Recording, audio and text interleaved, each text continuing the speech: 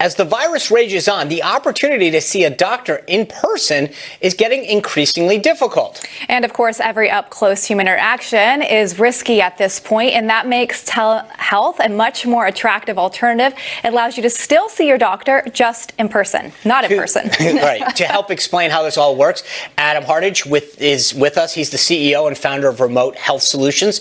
The company provides telemedicine not just here in the U.S., but around the world. Adam, welcome. Thank you. I appreciate it. Sean, Lindsay, thanks for having me. Yeah, well, what a timely time for you to have Remote Health Solutions. Tell us a little bit about why you created it and how it works. I woke up one day in Afghanistan in 2011 and I couldn't see. I had basically gone blind overnight. Nobody had any idea what was wrong with me. Could barely walk. They evacuated me from Kandahar up to Bagram. At Bagram, I got misdiagnosed with a brain tumor. I finally got sent to home station, and an ophthalmologist, neurologist took one look at me and said, "You don't have a brain tumor. You're an MS patient."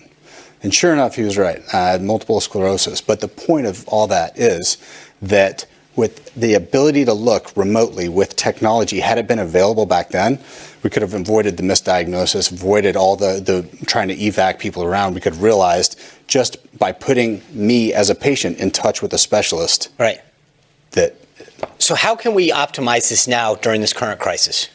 If you want to flatten the curve and if you want to get after this problem, telehealth is the answer. And I'm saying that not just as a guy who runs a telemedicine company. Just explain this to me, because I literally had a phone call with my doctor a couple hours ago. Yep. Instead of going in, they asked, could you do it by phone and whatever, and I did it. So Yep. we went through everything, and it was just a normal routine check-in. What makes your product different than just using, Skype or Zoom or something and a phone? Absolutely. That's a great question. So the president's eliminated a lot of restrictions on telehealth right now, which we're very, very thankful for, and the administration is doing a wonderful job. With regard to our equipment, we actually have the ability to send equipment to a patient's home, and then we can do complete vital signs remote monitoring thereof, which we already do now for the chronically ill Medicare patient population. So if you want to keep a patient out of the hospital and you want to reduce those admissions or emergency room visits, telehealth is one of the best ways to do that. We also do that with the military. We do a lot of work with the military. And so instead of just a simple FaceTime, we have the ability to do a lot of real-time diagnostics, and a doctor can see those real-time diagnostics from behind the screen of a laptop 10,000 miles away. We do anywhere in the world, and we're endorsed by Army Futures Command, as well as the Pentagon senior surgeon there, known as the Joint Surgeon. Obviously, this getting now into the nursing homes and into elderly homes, how do you scale it super quickly? Mm-hmm. How fast can you actually get it to these folks, especially in a time of crisis? Yeah, I would say scale is everything that we're thinking about right now. So we've built a partner ecosystem around that, and that's everything from infrastructure to actual supply chains, distribution partners, financing, because now as you look at it literally collapsing with everything that's going on with coronavirus, you're literally collapsing the engine of the global economy. And when that happens, you end up with a liquidity crisis and all kinds of other things. So thankfully, we're seeing a lot of stimulus come in that way, and we are ready to go now. We could scale tomorrow. So one of the things that I think is really unique about what you guys can do is this multi-trauma operations with patients. Let's take a look at a little video that you guys provided that shows this. Thanks, Sean. Doing that pelvis problem, we got blind twice when he